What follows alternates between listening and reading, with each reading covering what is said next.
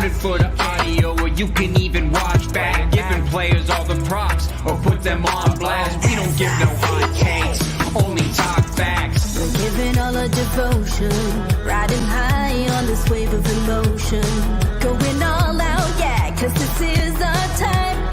No, ain't no stopping us till we reach the finish line. All in, we came here to win. We're gonna give everything. S-I-C-K on the run. S-I-C-K, sick. On fire, we're ready to fight. We'll bring the house down tonight. S-I-C-K on the run. S-I-C-K, sick. Play it on the car ride, play it when you lounge. X and O, you know that we can hold it down. Shout out to my man Sammy, got it off the ground. And to all the listeners tuned in right now. Got debates, analysis, and speculation. This is sports talk for the new generation. You know where to find us, got a reputation. Sick podcast, your #1 sports destination. We're giving all our devotion, riding high on this wave of emotion. Going all out, yeah, cause this is our time. No, ain't no stopping us till we reach the finish line. All in, we came here to win. We're gonna give everything. S-I-C-K on the run. S-I-C-K, sick. On fire, we're ready to fight. We'll bring the house down tonight. S-I-C-K on the run. S-I-C-K, sick.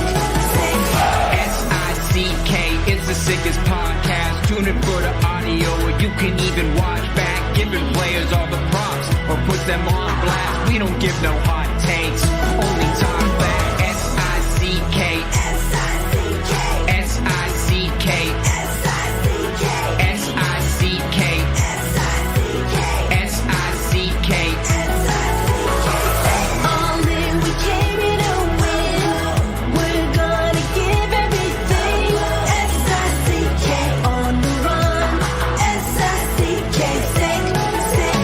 S-I-C-K is the sickest podcast. Tune in for the audio, or you can even watch back. Giving players all the props, or put them on blast. We don't give no hot takes, only talk facts. We're giving all our devotion, riding high on this wave of emotion.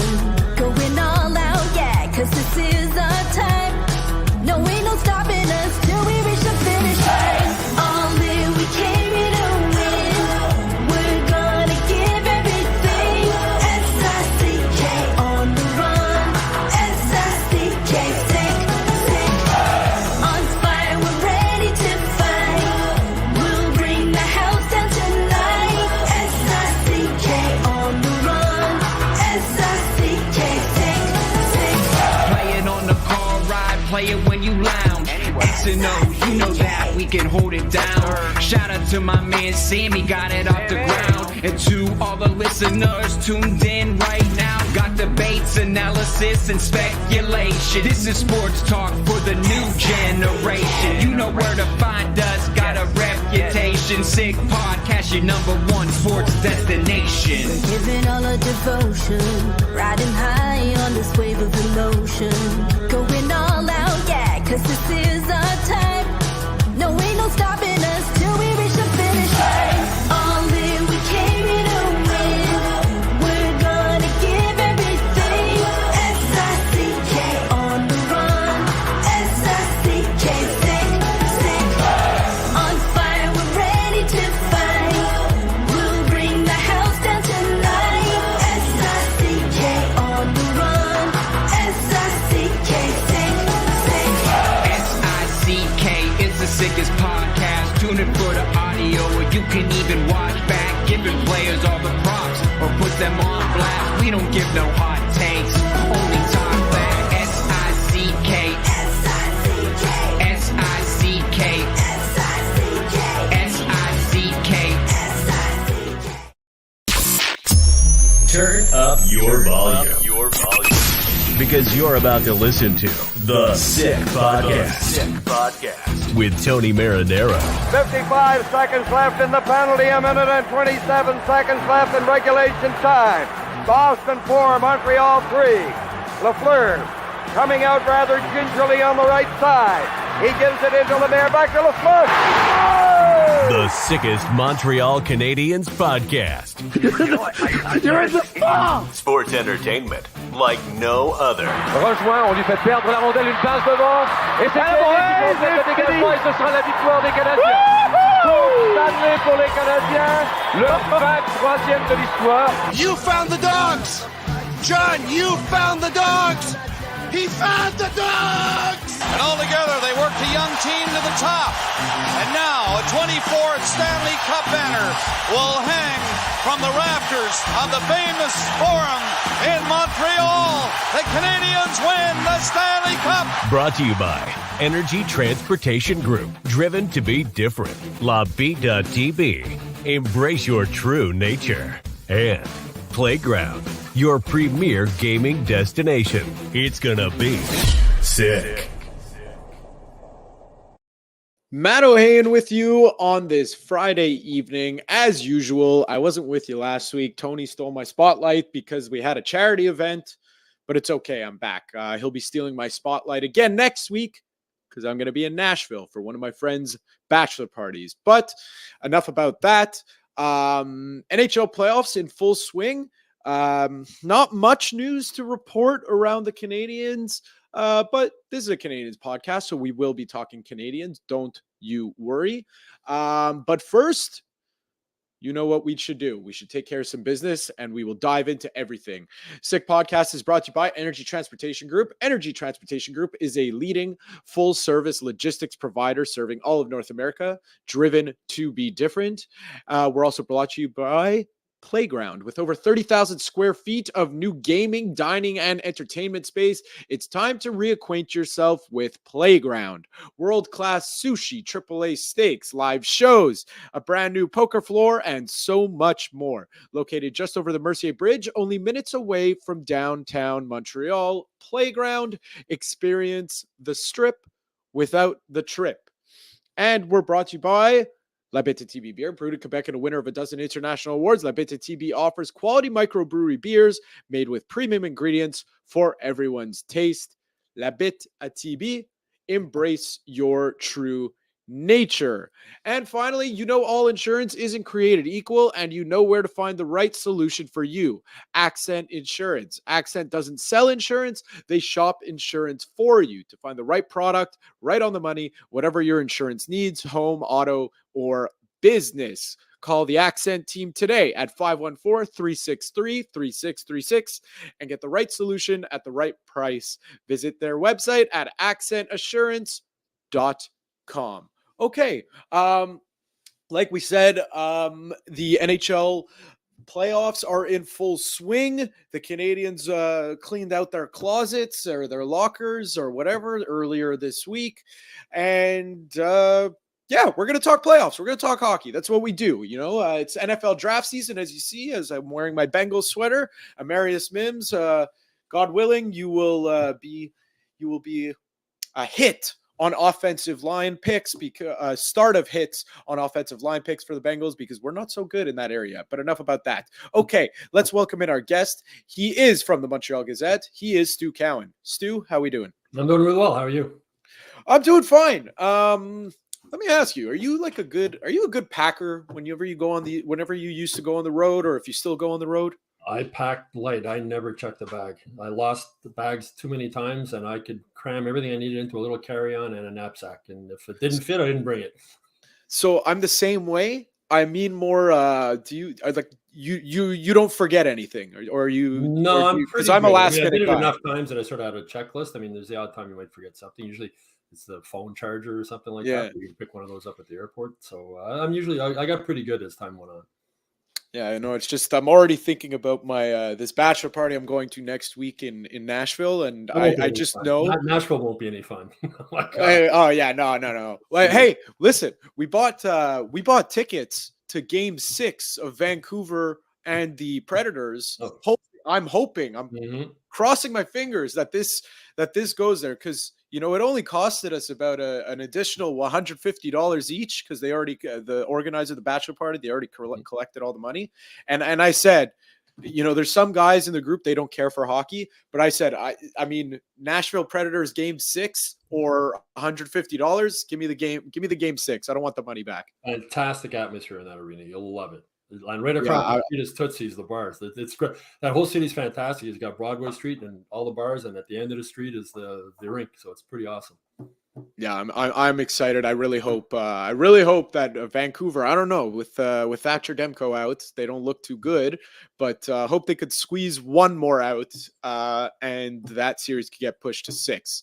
But before we dive into the playoffs as a whole, let's talk Canadiens. As we usually do, we at the beginning of the season, we set expectations. Midway through, we kind of give a report card, the midterm report, and then at the end of the season, we also like to give our grades. We're not going to do this for the whole roster. We're only going to do for a handful of players. But curious to know your grade for the this is for the season in its entirety for each of these players. We'll start with obviously the captain, Nick Suzuki. Yeah, I think Nick Suzuki, you've got to give him an A. I mean, he's got the C on his sweater, but he did everything. I don't know what more you could have asked from him. Played every single game again. Best season he's ever had in points. Really improved in the faceoff circle. His leadership in the room has developed. It's got to be an A. I mean, he really just had a fantastic season from start to finish. Playing against other teams' top line every night. We saw what he did with his line mates. We saw Cole Caulfield at the end of the season come on. Slavkovsky, was Nick apparently went to Marty St. Louis in November when Slavkovsky was struggling and said, can you put him on my line? I can help him out. And he certainly did. So definitely an A for Nick Suzuki. The great thing about Nick Suzuki this season was that really a couple games here and there, but he was mostly pretty consistent, because last year I remember there was a stretch in the season. He still ended with 60 odd points, which considering the team he was playing on was great. But there was a stretch in that season of about 20 or so games where he had about maybe 5 points. And this was in a row, and people were starting to get on his back a little bit. And he didn't really have that this year. No. Kind of consistent the whole way through, which really bodes well for the future of the team, considering they're going to get an injection of talent in the roster. So I'm going to agree with you. Because he was consistent, he gets a solid A. Not an A+, but if you want to go off of Concordia's grade scale, but we're going to go off of McGill's. So we're just going to give him the A, the best mark you can get. So let's go next to Cole Caulfield. Yeah. Cole Caulfield. I'm going to give him, that's a tough, I'm going to say, I guess a C, because, he did come on strong at the end of the year, but coming into the season, people were, C, B minus. I'm going to say C, coming into the season, people were expecting minimum 30 goals, right? I think when we talked at the beginning of the year, they're paying all that money to score goals. I know he did improve in other aspects of the game, defensively and whatnot. So I'm going to say a C. He's like, he was, for Cole Caulfield, he was okay this year. Like, they need more out of him moving forward, especially on a team that struggles to score goals, especially from the forward position. They need more of him, more offense from him moving forward. The good sign was at the end of the season, I think he had 8 goals in the last 9 games, something like that. So he found his touch again, which I imagine we'll see if we can carry it over into next season. When we asked him after the season about his shoulder, if that was a reason why, and he said the shoulder felt fine from the beginning of the year, but you're sort of getting used to it, right? It's in the back of your mind still that the shoulder coming off it. So I'm going to say a C. Yeah, I'm going to say C+. Just again, for all the reasons you stated, but I really there's 2 things. One, it's the strong finish adds to the C+. I kind of feel like in my grade scheme here, he was 1 mark away from being at a B-. One thing that really contributes to that C+ in a positive way is playing 82 games. That was huge for him. And I think for a lot of Canadiens fans that had those concerns after he signed that contract with the shoulder concerns. So Could the season have been better? Sure. Would we flip his grade around if we flipped his assist numbers with his goal numbers? Probably. And Marty St. Louis mentioned that this year. He said if you flip the numbers around, nobody would be complaining. But again, they're paying him all that money to score. They're paying him to score goals. And the fact that Slafkovsky started scoring more at the end of the season, I think will help Caulfield moving forward. I imagine that line's going to stay together because it used to be they could sort of key on Caulfield because they knew that's where Suzuki was going with the puck, and that Caulfield was the guy who was going to score in that line. Now he's got 2 wingers that can score, so it's going to help all 3 of them. There you go. So that leads into the last forward we're going to talk about, which would be that of Juraj Slafkovsky. I mean, we said it at the beginning of the year: 40 points, 15 goals. That's a successful season. You got to give it to him. I forget? Did he reach the? He did reach the 20-30. Yeah, mark, 20 right? goals, 30 assists. Yeah, I got 20. Yeah, goals so he last reached game. the 20-30 mark. $250,000 bonus for that 20th goal too. Yeah, so 20-30, 50 points, 20 goals. The progression is so clear. Even when he wasn't putting up points in some games, he had a dominant presence on the ice, and that's what you really want to see. And you got to think, like everyone's saying, all the scouts out there, all the analysts, all the journalists, you're scratching the surface. He's really just scratching the surface right now with Juraj Slafkovsky in his potential. You got to give him an A. I'm going to give him a B only because he really struggled early in the season, and I think an A would be 25 to 30 goals maybe. You got to factor in so many things with Caulfield. You look at Caulfield had 8 goals and 15 more points than Slafkovsky, and he's getting a C, and Slafkovsky's getting a B. I think with everything in the NHL, you have to factor in the salary cap. And for a 20-year-old kid, I thought Slafkovsky had a really good season. Was it an A? I don't think so, just because of the final part of the season, without a doubt. The last 30 games or so, not a doubt it was an A. But overall, I'm going to give him a B. I think he, before the season, we had said if he was going to score 20 goals, we said that would be a really good season for a guy who just turned 20 years old. And the future's certainly looking bright for him moving forward. There'll be more pressure on him too, right? He's going to be expected to score 25 to 30 next year, right? 20 this season would have been good, but I think he's a solid B. I think his continual improvement and progression. But he hit a rough start. I mean, I remember writing a column, and this was mid-November, late November, that they should send him to the AHL. He's just not ready to play in the NHL. They didn't. They stuck with him. It proved to be the right move. He's progressed really, really well. But I'm going to stick with a solid B for him. And I think that's fair. You bring up a good point. With calling him what we said, that Caulfield gets a C plus, or a B minus, and he had more points and goals than Slafkovsky. It's fair. I just see it in a way of expectation. Not everyone is not everyone's going to be graded equally. On the same level playing field, because you expect more from certain guys. That's Slafkovsky. Everything in the NHL goes around the salary cap, including, I think, when you're grading guys, you got to use bang for the buck, right? You got to get bang for the buck in a salary cap world, or you're not going to win. And as they say in university, B is a 3. So B is a 3.0 GPA is not bad. All right. So last player, or we could fit in a couple more if we want, but last one that I had jotted down was Mike Matheson. I'm interested to get your take on this one. I'm going to give him an A. I mean, I know some people were critical of his defensive play, but he's on a team where there's not enough forwards who can generate offense, and he's counted on heavily to provide offense. Finished 3rd in scoring behind Suzuki and Caulfield on the team. Career season in goals and assists, logged crazy minutes of ice time. And when you have a guy who logging that many minutes of ice time, the style he plays, yeah, he's going to make defensive mistakes. We saw the same thing with PK Subban when he was here. Any player, any offensive-minded defenseman, Cale Makar, those guys they're gonna give the puck away because they're trying things that other guys can't or won't try. And Matheson had a great quote when we were talking to him when they were cleaning out their lockers last week, and he said, if every defenseman just fired the puck off the glass and got it out, we'd never win a game. You need certain players who can take risks, and there's certain players with high skill levels like Matheson, his skating ability and his vision and shot, everything he's got.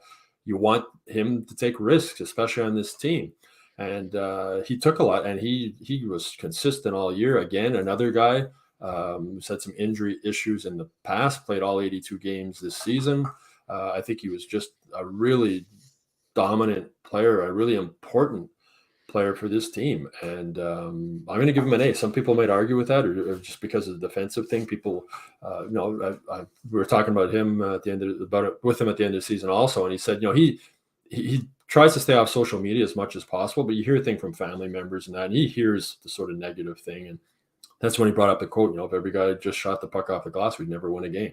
He's a guy that the Canadiens want to take risk. He does. And, we're asking about that also. I said, do you think that Marty Saint put a tighter leash on you next season or moving forward when they have more forwards, hopefully, who can score, and they won't rely on him as much? And he said, I don't know. He says, it's not. He says, I'm not taking risks just for the sake of taking risk. You see the play, you make your decision whether you're going to go for it or not going to go for it. Sometimes you make the wrong decision, and you learn from that moving forward. But I just think he was really, really solid. Key leader on the team, also helps in a leadership role with Nick Suzuki. So I'm going to give him an A. This might rub some fans the wrong way, because I agree. I'm going to give him an A-. Just a little more.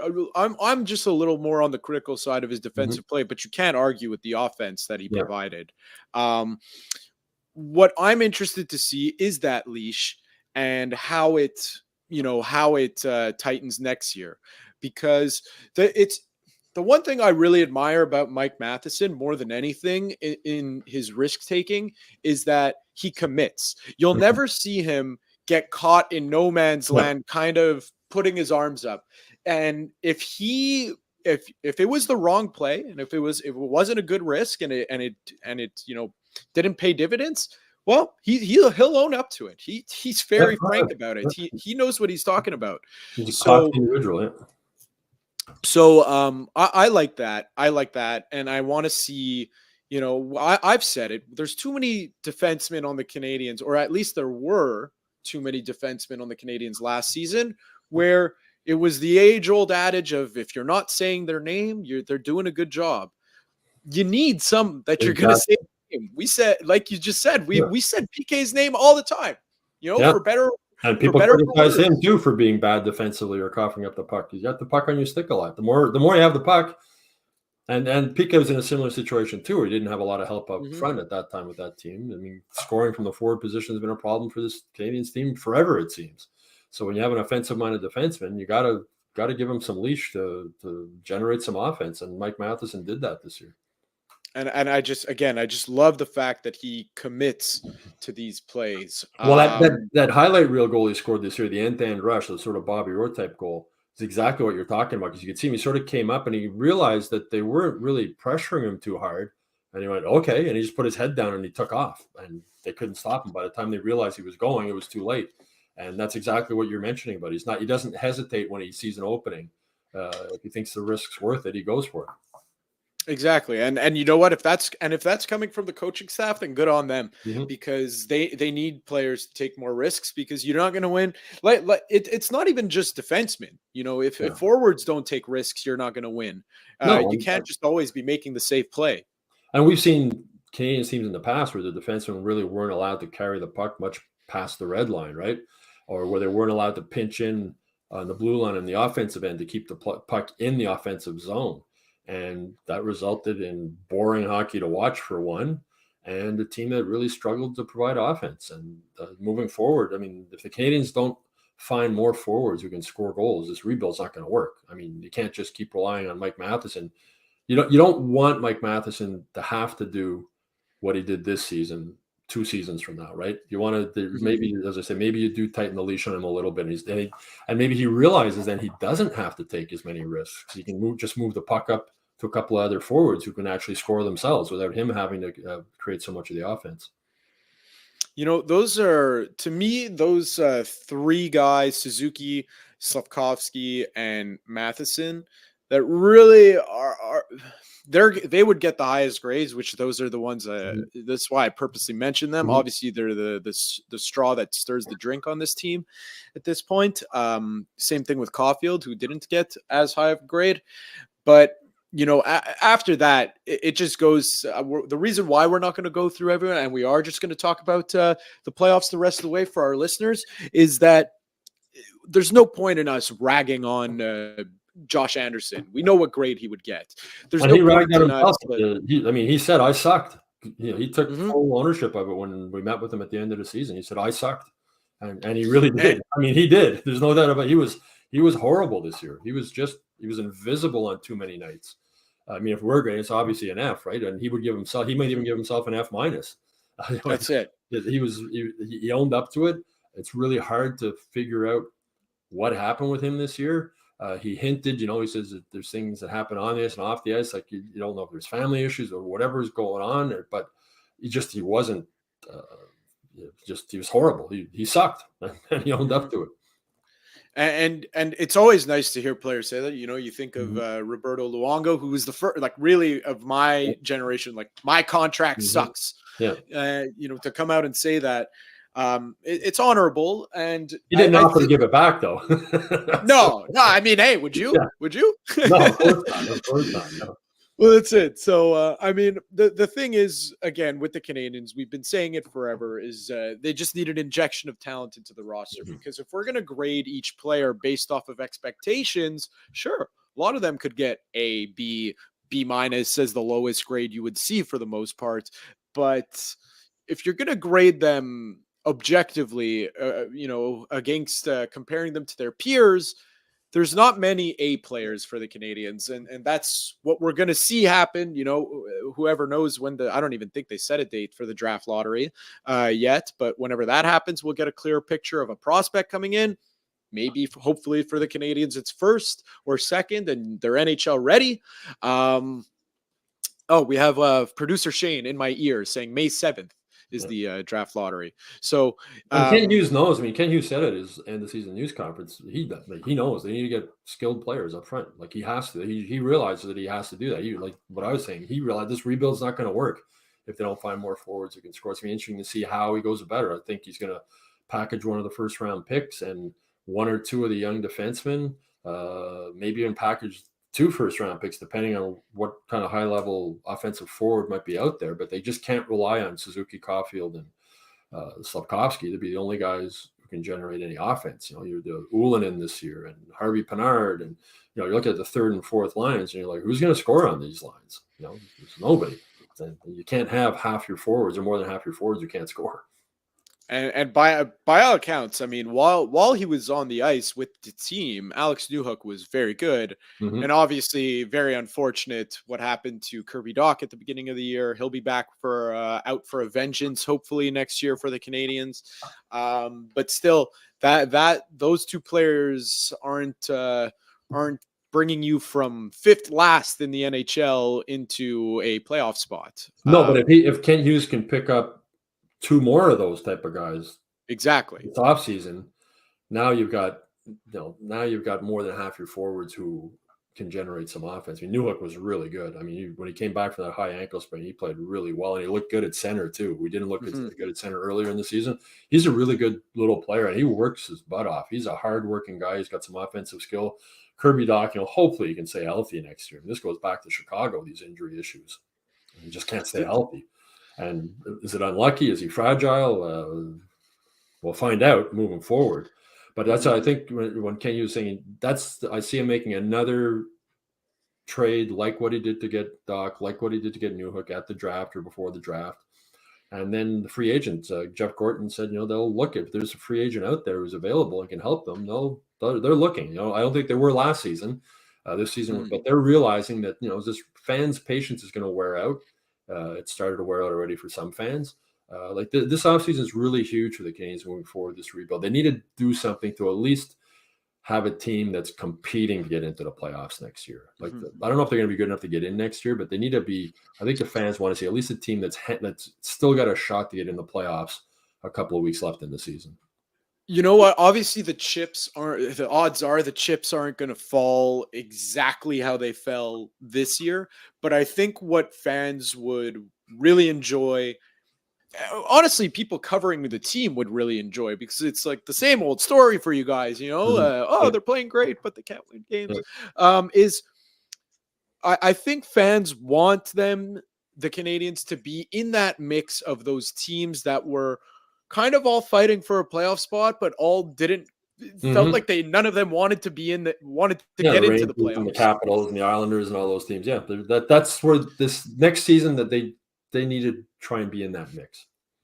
Exactly, because they were all separated at the end. Obviously New Jersey fell off, and Pittsburgh, they fell off. But these teams were Buffalo, Philadelphia, Pittsburgh, Detroit. Those are the four teams that all missed, and obviously Philadelphia over exceeding expectations there. Those are the teams that all missed. But if the Canadians are in that mix and end up missing, that's success. I mean, we're calling Mhm. that now with Yeah. the roster that they Mhm. have.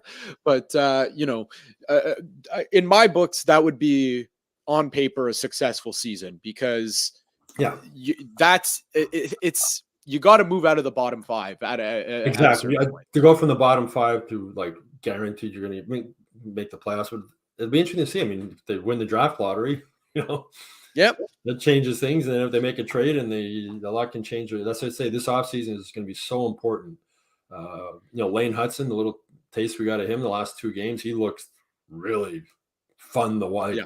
Fans are coming out of their seats every time he touched the puck, right? And those little moves. And I was talking with Samuel Montembeau and asked him what impressed him most about Hudson. He said he didn't play afraid. Like, he had that play where he put the puck through his legs, between his legs, to go around the guy. And as he said, he didn't hesitate to make those moves either. We were talking about Mike Matheson before, how he doesn't hesitate. Lane Hudson, the same thing. He doesn't hesitate. And I think he's going to start the season next year with the Canadiens. I'd be surprised if he doesn't. And it'll be interesting to see how fans are with him. Are they going to understand? He's going to cough up the puck a lot. Like, Oh yeah. when he's making those high risk moves, it comes with a cost, right? There's a high risk.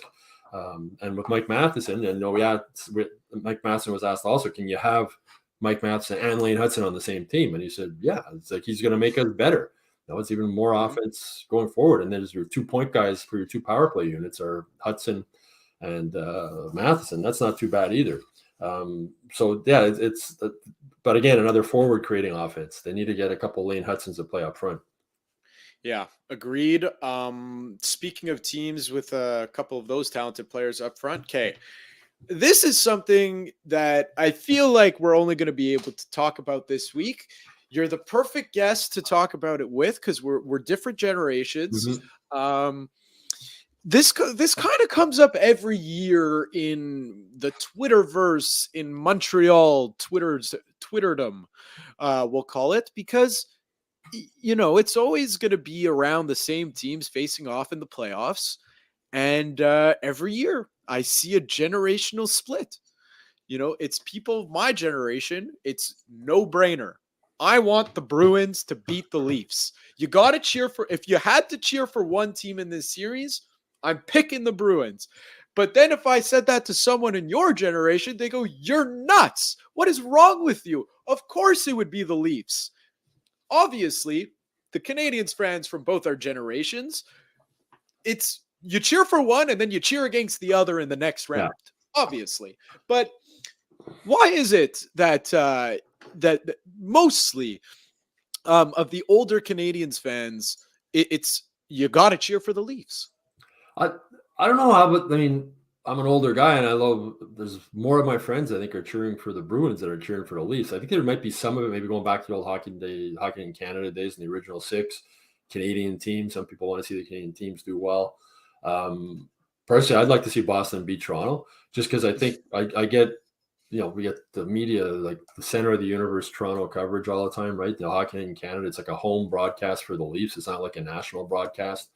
And the Leafs just, they puzzle me because they just keep doing the same things over and over and over. They changed yet. It's goaltending's a problem, defense is a problem. They put all their eggs in one basket with those core 4 guys. They pay them a ton of money, and in the playoffs they don't necessarily perform the way they should, and they get eliminated. And it's like year after year after year after year, and you're like, how much longer does this go on? Like, how much longer do the Shanna plan until they realize that you're not going to win with those core four? Like, you got to maybe move one and, get whatever you might get, with Austin Matthews. They re-sign him long-term. If they had decided to trade Austin Matthews, what would they have got for him? Know what I mean? Or one of the other, like, they would have got a ton, right? And just like, how many times are you going to go into the battle with the same guys and have the same result until you realize something has to change? I mean, the series, it's only 2-1 for Boston. A lot can change. The Leafs come back and win the series, and words, but it seems so predictable that the Leafs are going to lose in the playoffs. Before the series started, I said Boston in 6. I just think it's going to be a repeat. The Leafs know how to beat themselves, right? They're just dumb penalties, bad goals. It's just it's almost comical, like year after year. It's the same story. So I don't know how much of a generational thing there really is, but if there is that, I think maybe it's the older generation just because of the original 6 and the Bruins rivalry. Like every year, when I was younger, the Habs played the Bruins in the playoffs every year. There was a real hatred between.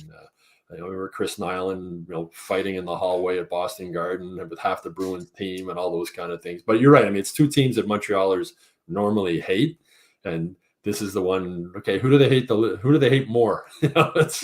So it's listen. I grew up, 2010s when I was, the peak of my Habs fandom. I'm growing up. The Habs are playing the Bruins in the playoffs every year. Those are some, and they beat them every year. It used to be. Well, that's right, and it was some highly competitive and nasty series.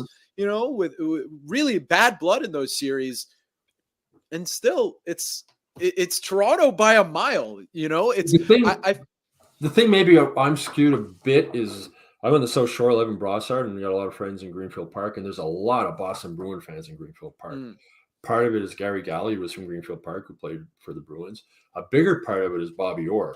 My generation, like Bobby Orr was my favorite player when I was a kid, and I still think he was the greatest hockey player ever played. But I was a Canadiens fan growing up and a Bobby Orr fan. But I have friends of mine who were Bobby Orr fans, and because of that, became Bruins fans. And there's probably quite a few people of my age that's true for. Just like Bobby Orr was so great. It's like, a younger generation, like there'd be a lot of Pittsburgh Penguin fans probably in Montreal. Sidney Crosby, right? They love Sidney Crosby, or Mario Lemieux, and became a Pittsburgh Penguins fan. We might see a similar thing moving forward with the Blackhawks, with Connor Bedard, right? Some young kids who watch Connor Bedard and, now they're a Blackhawks fan. So I think that's, I don't know how many Leafs players turned Montrealers into a Leaf fan. You know what I mean? Like there wasn't Daryl Sittler, I don't think, turned a lot of Montrealers into Leaf fans, but I think there really is that Bobby Orr connection, not just in Montreal, but I think probably across Canada. He was just so great and so fun to watch, and such a great player. If you were 9 or 10 years old, like I was watching him, there's a chance you might have become a Bruins fan. You mentioned you don't think there's any Leaf players that could turn a Montreal fan into not necessarily a Toronto fan, but a fan of that player. I think it just goes back to, the type of people Montrealers are, because sure, we admire the flash and amazing feats on the ice. Guy Lafleur is immortalized here, of course, but there was a blue collar aspect to Guy Lafleur, and I think there's certain rough and toughness that needs to be there with that player for them to really speak to Montrealers. That's why, you see Austin Matthews, Mitch Marner. These are amazing players. William Nylander, amazing players. There's no edge to them. Yeah. You see them and they're just the classic thing you hear, pretty boys. And that does not speak to Montrealers at all. And Austin Matthews, I mean, game the other night, I saw him, they were hacking and whacking him, and he doesn't give it back. You know what I mean?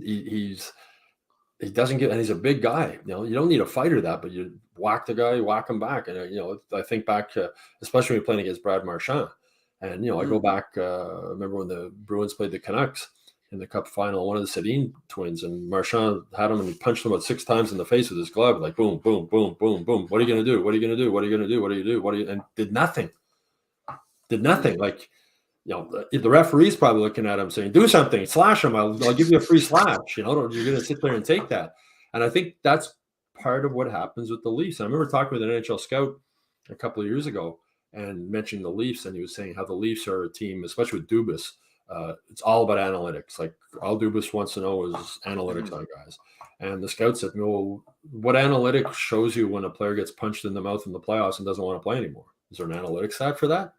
And so the Leafs have some guys like that they just, when it going gets tough, they don't come through. And she said, there's no analytics stat for that. That's something that's either some guys have it in them and some guys don't. And Marchand, the Leafs coach was whining about Marchand the other night. And Marchand is the best at that. Like, he'll provoke guys and he won't take crap from anybody. And he walks that line. Sometimes he goes over it. But the fact he will go over it or might go over it in the back of guys' heads too, right? I don't think playing against Ryan Reeves, but I mean, you throw him on the ice, you're almost playing shorthanded. But your star players have to have some grit to win in the playoffs. Your star players have to be tough. Like, they really got to be. And again, not fight. You got to be tough. You got to be willing to give as much as you get. If some guy's going to slash in the back of the legs, you slash him back. If some guy's going to rough you up in a scrum, you rough him out. I think the Leafs just don't have their key player. Your key players are on the ice most of the time, and you gotta have some playoff grit to you. And I think the Leafs just don't have it. And that's what I was saying earlier. Year after year after year, you watch it, and it's the same thing. I wonder at one point the players looked themselves in the mirror because, PK Subban was on the Pat McAfee show and his clip kind of went viral. He posted it to his socials. The Pat McAfee show posted it to its socials. And he was talking about, how in game 1, the Leafs let Boston just walk all over them. And then game 2 came and the Leafs won, but it was close. It was still a little too close for comfort. And he goes, why isn't Austin Matthews just, that Bruins power play is not very good. They might have Pasternak, they might have McAvoy, they might have Marchand, but still the numbers aren't there. They don't say that it's very good. Take a pound of flesh out of them, just do it. Yep. Because if they give it back, you're going on the power play. You got one of the best power plays in the NHL. Just do something. Subban was, he was losing his mind. Do something. And PK, remember that series against Boston when PK was incredible. I remember he was getting all those racist taunts from Boston fans and everything. Him and Price were basically carry the Canadiens. But nobody had a bigger target on their back than PK Subban, right? I mean, they were trying to run him through the boards. But he gave it back. Whatever you gave to him, he gave it to you. And say, do something. And I think back when I was talking about the thing with Sedin, the referee's probably was saying, do something. I just gave him 5 free punches. I didn't call a penalty. Now do something. And go. I'm watching the Leafs with Austin Matthews. The other guys like Austin Matthews is 6'4" and 230 pounds or whatever. Give some of it back. Like, it's the way the playoffs are. Referees aren't gonna. They're gonna. Referees, they let a lot of stuff go, and some teams take advantage of that, and some teams don't. And if you don't take advantage of that, like the Leafs don't, you're not going to win in the playoffs. You're just not. You're going to get intimidated, and they're going to just take advantage of you. You're going to get taken advantage of physically. And they thought Ryan Reeves is going to solve the problem. And again, there's not that many fights in the playoffs. And when you put Ryan Reeves out there, he's dangerous. He's dangerous to both teams, right? He's dangerous that he might beat. He's dangerous that he might make a bonehead play like he did early in game 1 and resulted in a goal the other way. So you need, in today's NHL in the playoffs, your best players need to have some grit. We're talking about Nick Suzuki before. Nick Suzuki will give it back if you give it to him. If you give him a whack, he'll whack you right back. Slavkovsky's gotten much better with that. Like, he's a physical presence out there. So your best players got to have a little grit to them. And the least best players just don't seem to have that grit. And it's the same thing year after year after year in the playoffs. And, Austin Matthews, I really do believe, if he plays as long as Ovechkin plays, Ovechkin's going to break Gretzky's record. Matthews could do it. Matthews the next guy. He's so good. He is incredible. Like, he scores goals in every possible way. I mean, that goal he scored in game 2 of the sort of football type pass from Domi. I mean, the deke he made was what a great backhand forehand move. And then the shot, like he can shoot. He shoots from everywhere and he can score from everywhere. Like his release is so quick. He shoots off his wrong foot. He shoots off his right foot. He shoots from impossible angles. He's got such a quick release, and it's an amazing guy. He's an unpredictable goal scorer. Like Ovechkin in a lot of ways is predictable, right? Especially in the power play, that spot he'd set up. I mean, I don't know how many of his goals he scored from that spot, but it's a lot on that one-timer. But Matthews just scores in so many different ways. I mean, he's just an incredibly gifted goal scorer, but in the playoffs, he's got to get some of that grit. And I don't know if he has it in him. Like some guys just don't have it in them, right? Talking about the Sedin twins back in Vancouver, it wasn't really in them. And I don't know if Austin Matthews is the kind of guy one day is going to realize that he's got to give it back. You got to do something sometimes when the Brad Marchands of the world are doing what they do. I think he could find it in him. The one guy who, I don't think he has it in him at all. It's Mitch Marner, because, I saw a tweet. It was very funny. They had a name for each of the core four. I only remember two of them. Austin Matthews was Mr. 1 game on, 1 game off in the playoffs. And Mitch Marner was Mr. no games on and 1 game off. And the front page of the Toronto Sun the other day had Mr. Invisible, right? They had Marner on there with his face like you're looking at an invisible man in a Leafs uniform. And it's again, another incredibly – the playoffs are it's a different sport when they get to the playoffs. Yeah. To the regular season. It really is. It really, really is. And that's why, you go back when the Canadiens had that run through the playoffs. 2021, and they went to the final. A big reason of that was those big the four Clydesdales they had on defense, and Weber and Petrie and those guys. They were just so physical. And Josh Anderson, we were talking earlier about how bad he was this season. He was amazing in that playoff run. I mean, he was a physical presence every time he was on the ice, hitting guys and pounding guys. That fourth line they had with Armia and Perry and guy from Carolina. Jake Evans? No, it wasn't Jake Evans. It was. Anyway, they were dominant out there, and big and physical. Eric Stahl, actually, it was Eric Stahl. Producer Shane coming in the clutch Stahl, again. Correct. And Chris Nyland was on our Hockey Inside Out show this week because that's Hockey Inside Out show. He has a great line. He was saying the Canadiens need more men moving forward, and the Toronto Maple Leafs need more men. You need more guys. So talking with him and Rick Green, they were talking about that '86 team that won the cup, and you had Ryan Walters, you had guys like that were just, they played tough, they played hard. Mike McPhee, Nyland, Rick Green, they played hard, a man's game, right? And I think Knuckles is right. The Canadiens need more men, and the Leafs need more men. They have tons of skill. They just need, but they need skilled guys who are men. Like you look at the Tkachuk brothers, right? They're incredibly skilled players, and they play with a grit and an edge that's made for the playoffs. Just made for the playoffs. Go back to Mark Messier. I read Mark Messier's book last summer.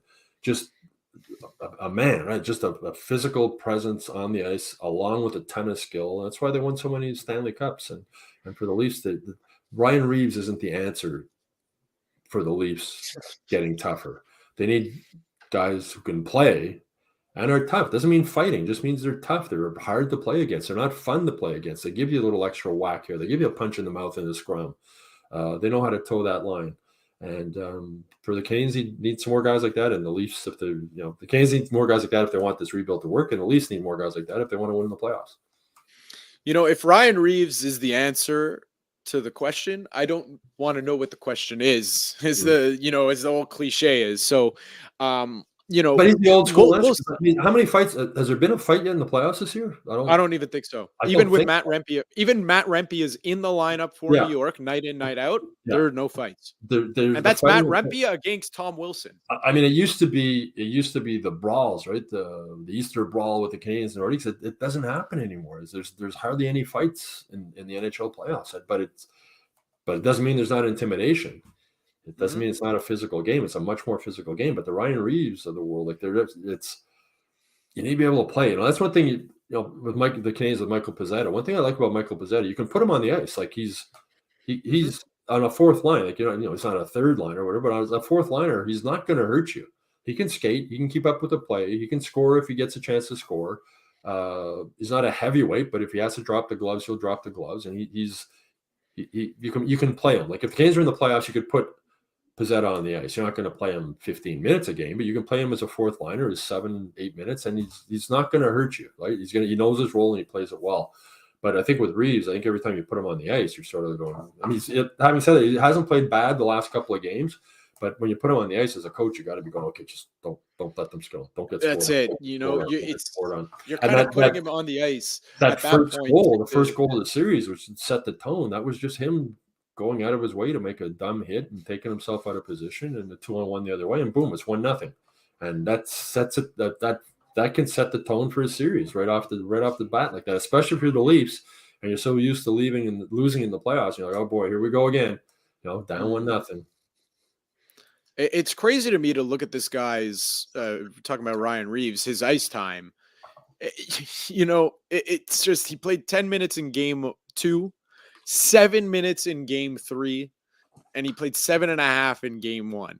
It's just you can't. Those days are just so over especially in the playoffs in the NHL. You need 12 forwards out there who are, like you said about Pizzetta, like not necessarily a threat every time they're on the ice to score, but just can play the game properly and won't think, oh, I'm going to light this guy up because that's all I know how to do. And then you end up reading the play wrong and puck goes the other way and there goes 2-on-1 and you get scored on.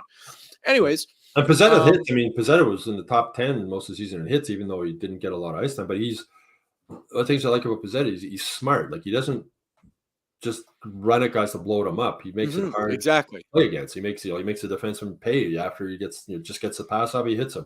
You see him cruising around. He's looking for hits, but he's not going out of his way to do it because he doesn't. That's not all that justifies him being there, right? I think with Ryan Reeves, to try and justify himself, he's got to try and blow somebody up when he's on the ice. Yeah. It's anyways. So we'll see, like you said, maybe this time next week, you and I look like idiots or the Leafs have just won 3 straight and and they're in the next round of the playoffs. But I'm not a betting man, but I wouldn't bet on it because it's because it's so predictable. It's like, it's just, the last thing I'll say is just, especially last game, and again, not to be, that guy is just, oh, he's a homer. He's just piling on the Leafs because it's easy. When Trent Frederick scored that goal, the squeaked through, harmless shot from the point, and it just squeaked through. And again, just no fight from Toronto. Nothing. They're complaining to the ref about a behind the play, Bertuzzi and Marchand are tied up. And sure, did Marchand give a little more? Okay. But, you can't get lost in this little. That's what the playoffs. It doesn't matter. It doesn't matter. So, just so. The announcers talk about the fans not being into the game in Toronto either. And I don't know if you've been to a game in Toronto, but it's weird how quiet. It's been a long time. It's been a long time. Quiet it is compared to the Bell Center, most of the other arenas. It's like a corporate country club almost. And one of the Leafs announcers was saying that like the Leafs weren't getting any momentum from their fans at home.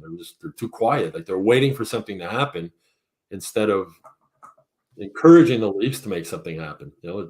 That's another common theme in Toronto. And I saw someone on Twitter saying that he has season tickets for the Leafs, but he couldn't afford the playoff season tickets. Just the prices were so crazy.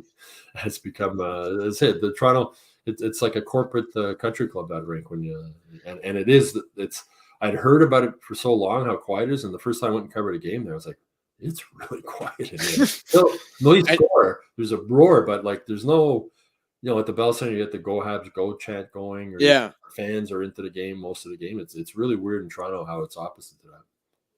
Toronto, you wish, even though you listen, you may have a better hockey team than Montreal. You still wish you were us. Okay. Before we get out of here, bigger shock of the playoffs so far. Dallas being considered cup favorites at one by some, a popular pick to win the cup, down 2-0 to Vegas, or Tampa Bay down 3-0 to Florida. I guess Tampa Bay down 3-0 to Florida, because Tampa Bay is a team that knows how to win in the playoffs. They're getting older, but they got a bunch of guys who have been there, done that. And to me, that's more of a surprise. But, every year in the playoffs, one of the things that makes the NHL playoffs so great is the upsets. It's sort of like NCAA March Madness and all the upsets. And in the NHL playoffs, too, you usually get at least one big upset in the first round. But for Tampa Bay, I'm surprised to see them down 3-0. I would not have predicted that to happen with that team, just because the veterans they have, the coach they have, how they've been there, done that before. So I'm surprised. You talk about just they have a guy who did he end up winning the Art Ross Kucherov, or yes, was did, it there you go. They have a player who got 145 points, if not more, and just you don't want to say invisible because you gotta pay attention when he's on the ice. Yeah, but man, by his standards, pretty invisible. Yeah, but we were talking before about the Leafs not being built for the playoffs. The Panthers are. Like, that's the team. Oh my when they God. came in, the Canadiens beat the Panthers near the end of the season. I think it was it 5-1 or something like that. They beat them at the Bell Center. Yeah. And I remember one of my buddies saying to me, "Oh, there's no way the Panthers are winning the Stanley Cup. Look what happened." I said, "Oh, the Panthers. Don't bet against the Panthers. They are built for the playoffs. Built for the playoffs. Great goaltending. Tkachuk, they got grit. They're hard to play against. They finish checks. They're a great mix of their skilled guys play tough. Their skilled players are tough players.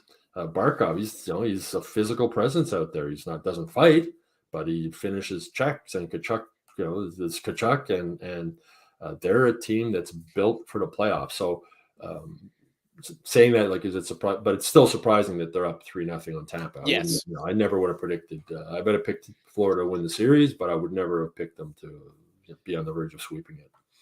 Well, that's it. And there was a point where it was before Tampa won those cups. They still had Kucherov. They still had Stamkos. Not sure if they had Point yet because he's a bit younger. Yeah. But remember when they lost in 4 straight to Columbus the year before that? I think they made it to maybe a couple of years before that. They made it to the Cup final. They ended up losing to Chicago. They were always in the mix, and no one ever thought they would get over the hump. Then they got over the hump. Made 3 straight Stanley Cup finals, 2 straight Stanley Cups. This is, should they get eliminated? I think this is it for the Tampa Bay Lightning. Can you call them a dynasty? I think we could call them the dynasty. Yeah, in the salary cap NHL, it'll be interesting moving forward what changes. Like, Stamkos is a free agent this summer. I don't see them. I don't see them re-signing him unless it was the real hometown discount. Which now we're talking about the Leafs. At a certain point you need to make changes. Yeah. And at this point with the Lightning, it's a time they need to start making some changes, and we'll see what they do during the off season. But they're a group that has,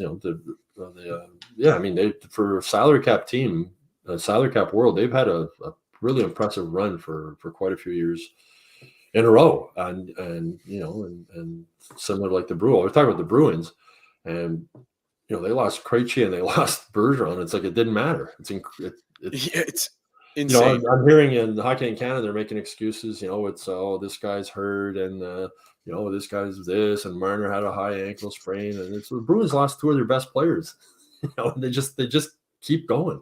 They have that culture, that winning culture that they've developed in Boston, and same thing in Tampa. They developed a real winning culture in Tampa, and that's what the Canadiens are trying to do now. Marty St. Louis has spoken about it often. He wants to create that winning culture, and he mentions those 2 teams. He mentions Tampa, he mentions Boston. That's what they want to have here. They want to have that winning culture moving forward. And in Toronto, they've never been able to develop that winning culture, and that's one of their big problems. It's funny because I was even looking through the years, and Boston, every team bottoms out at some point. Yeah. But Boston, for the most part, pretty steadily good for a very, very sustained long time. I mean, they'll miss the playoffs here and there, but never really bottomed out in the NHL for a consistent amount of years. And that's impressive. That's really, really impressive. For it to never happen or very seldom happen, insane. They have a culture, and they draft and acquire players that fit into that culture. And that's what the Canadiens are trying to do now too, right? The Canadiens are trying to do that. The players they sign, the player they draft, as Marty St. Louis says, they want everyday people. They want good guys. They want good people in the room that play a hard brand. And that's what the Bruins do. And a good friend of one of my best friends is a big Bruins fan. And after the game, he was talking about Domi had a really good game. He said, man, Domi would be a good Bruin. And he would. Domi would fit. He's with the Leafs and because his dad was there and everything, but he's more of a Bruin. He plays a Bruin style. Yeah. He's in your face. He's hard to play against. Can be a pain in the butt. And that's the guys you want in the playoffs. And the Leafs just don't have enough of those guys. Well, this time next week, you'll be talking with Tony. And we'll see if you and I look like fools this time next week. Until then, Stu, enjoy your weekend and enjoy the hockey. Okay, you too. Thanks. That is Stu Cowan. I'm Matt Ohayon. I am in Nashville next weekend. Tony will be taking my place. Shout out producer Shane. Thank you very much. We'll see you next time. And that's a wrap. Hope you don't miss us too much until next time. Follow The Sick Podcast with Tony Marinaro on YouTube, Instagram, Facebook, Google Play, and Apple Podcasts. The Sick Podcast is brought to you by Energy Transportation Group, driven to be different. LaVie.tv, embrace your true nature. And Playground, your premier gaming destination.